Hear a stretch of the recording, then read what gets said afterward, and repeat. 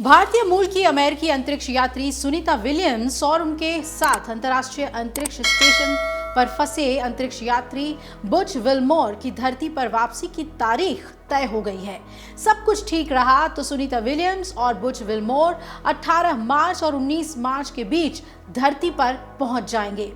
आज इस रिपोर्ट में हम आपको बताएंगे कि अंतरिक्ष में 9 महीने की मेहनत के बदले सुनीता विलियम्स को कितनी सैलरी मिलेगी। लेकिन उससे पहले ये जान लीजिए कि सुनीता विलियम्स और बुच विल्मोर को धरती पर लाने के लिए अंतरिक्ष कौन लोग गए हैं। दरअसल अमेरिकी स्पेस एजेंसी नासा की अंतरिक्ष यात्री सुनीता विलियम्स की पृथ्वी पर वापसी का इंतजार पूरी दुनिया को है। 10 दिन के लिए इंटरनेशनल स्पेस स्टेशन पर गई सुनीता विलियम्स पिछले 9 महीने से अंतरिक्ष में फंसी हुई हैं। दोनों की घर वापसी के लिए नेशनल एरोनॉटिक्स स्पेस एडमिनिस्ट्रेशन का crew 10 mission international space station पहुंच चुका है और ये मिशन नासा के कैनेडी स्पेस सेंटर से फैल्कन 9 रॉकेट के जरिए ड्रैगन स्पेस क्राफ्ट पर क्रू 10 मिशन को लॉन्च किया गया है। इस क्रू में 4 अंतरिक्ष यात्री शामिल हैं और इसमें अमेरिका के 2 और जापान के साथ रूस के भी अंतरिक्ष यात्री शामिल हैं। इसके साथ ही विलियम्स और विल्मोर की वापसी का रास्ता साफ हो गया है। अब बात कर लेते हैं कि अंतरिक्ष में 9 महीने की मेहनत के बदले आखिर सुनीता विलियम्स को कितनी सैलरी मिलेगी।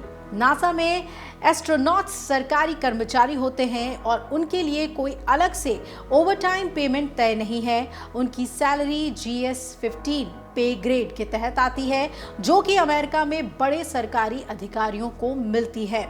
इस हिसाब से सुनीता विलियम्स को उनके 9 महीने के लंबे मिशन के लिए लगभग 81 लाख से 1 करोड़ 5 लाख रुपए तक की सैलरी मिलेगी। लेकिन अगर आपको ये लग रहा है कि इतने लंबे समय तक अंतरिक्ष में रहने के बदले उन्हें कोई मोटा बोनस मिलेगा, तो ये गलतफहमी दूर कर लीजिए। नासा अंतरिक्ष यात्रियों को सिर्फ $4 यानी कि करीब 347 रुपए हर दिन का इंसिडेंटल भत्ता देता है और यानी कि पूरे 287 दिनों के मिशन में उन्हें कुल $1148 लगभग 1 लाख की अतिरिक्त भुगतान की जाएगी। और ये जानकर किसी के लिए भी हैरान कर देने वाली बात हो सकती है कि अंतरिक्ष में इतने महीनों तक रहने और जोखिम उठाने के बावजूद उन्हें उतना ही भत्ता मिल रहा है जितना शायद कोई धरती पर एक दिन के लंच में खर्च कर सकता है।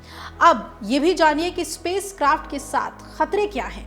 तो स्पेसएक्स फैल्कन 9 रॉकेट 400 किलोमीटर का सफर करीब 3 घंटे में तय करके अटलांटिक महासागर या मेक्सिको की खाड़ी में स्प्लैश डाउन होगा।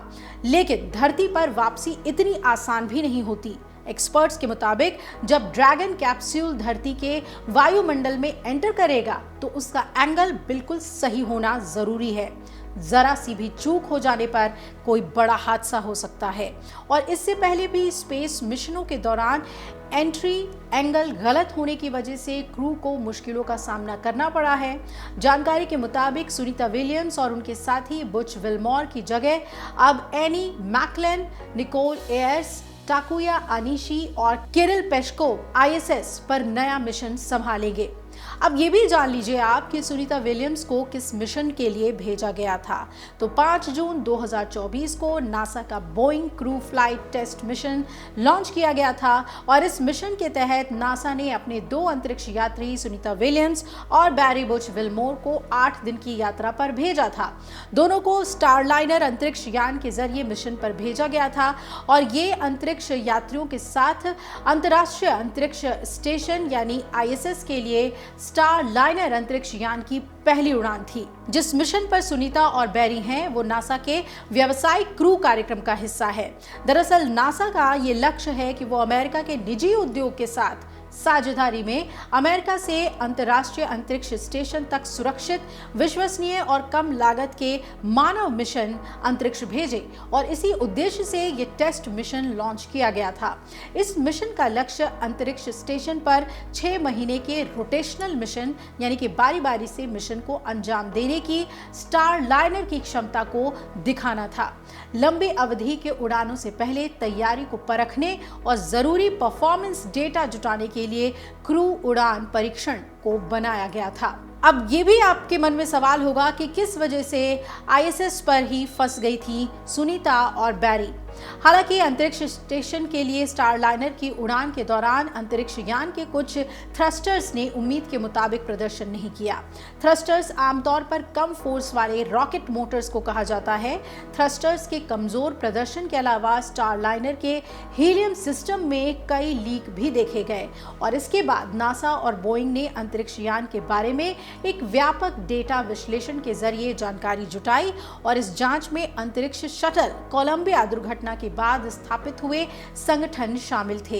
ये दुर्घटना 1 फरवरी 2003 को हुई थी। ये दुर्घटना तब हुई थी जब कोलंबिया अंतरिक्ष यान पृथ्वी के वातावरण में वापस आ रहा था और इस दुर्घटना में सभी 7 अंतरिक्ष यात्री मारे गए थे, जिसमें भारतीय मूल की कल्पना चावला भी शामिल थी। अब ये उम्मीद है कि सुनीता विलियम्स सकुशल अंतरिक्ष से धरती पर वापसी कर लेंगी।